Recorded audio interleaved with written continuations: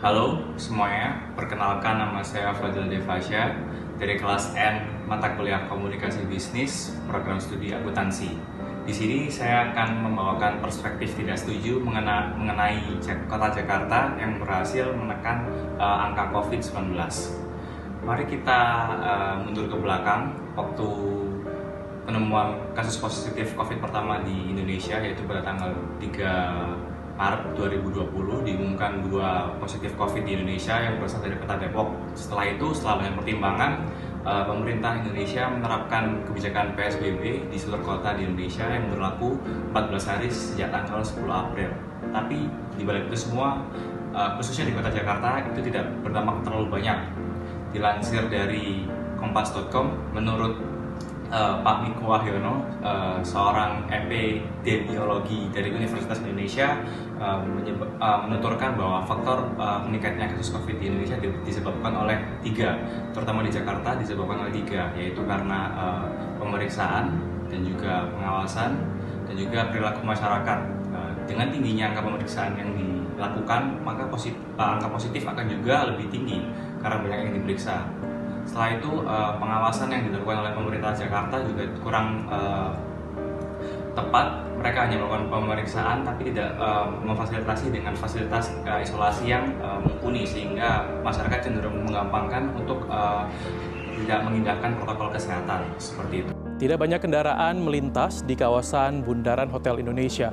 Sejumlah orang tampak berolahraga secara mandiri ataupun berkelompok, namun jumlahnya kurang dari 5 orang sesuai dengan aturan teknis PSBB dalam Peraturan Gubernur DKI Jakarta Nomor 33 Tahun 2020.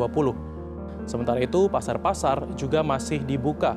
Aktivitas jual beli di Pasar Majestic Jakarta Selatan misalnya berjalan normal pada Jumat pagi.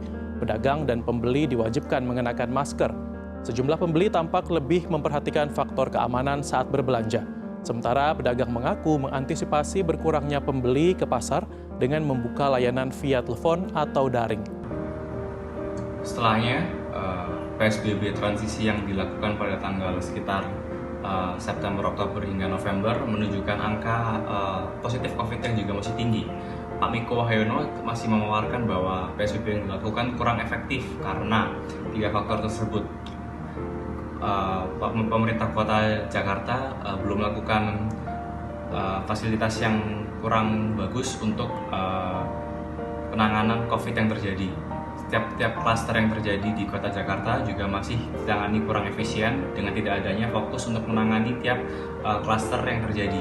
Itu menyebabkan angka positif semakin tinggi. Bahkan angka tersebut juga merupakan yang tertinggi. Jadi angka tertinggi ini terjadi pada saat PSBB transisi seperti itu.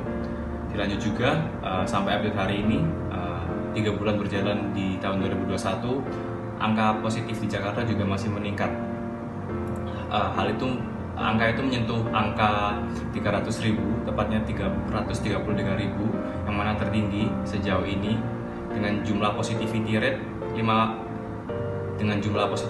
di angka 9,9%, yang mana jauh di batas standar WHO yaitu 5% saja.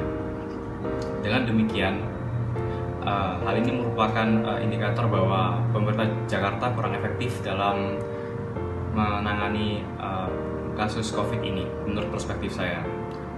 Untuk saran saya, kita harus lebih waspada. Oleh karena itu, dengan meningkatnya dan bertambah banyaknya kasus positif dan juga angka kematian, kita dapat belajar bahwa dari pengalaman-pengalaman tersebut bagaimana untuk menghandle kasus COVID di Jakarta ini. Dengan demikian, kita harus tetap patuh dan menggiatkan protokol kesehatan dan juga lebih fokus untuk menekan angka COVID pada klaster-klaster yang terjadi, menambah fasilitas kesehatan, menambah fasilitas isolasi, dan juga sebelum melakukan vaksinasi, kita juga harus menyadarkan masyarakat betapa bahaya COVID ini. Sehat selalu untuk kita semua. Bersama kita bisa melawan COVID ini. Terima kasih. Angka kematian akibat COVID-19 di DKI Jakarta terus bertambah. Pemprov DKI Jakarta mencatat 1.211 kasus pasien COVID-19 meninggal dunia pada periode Februari 2021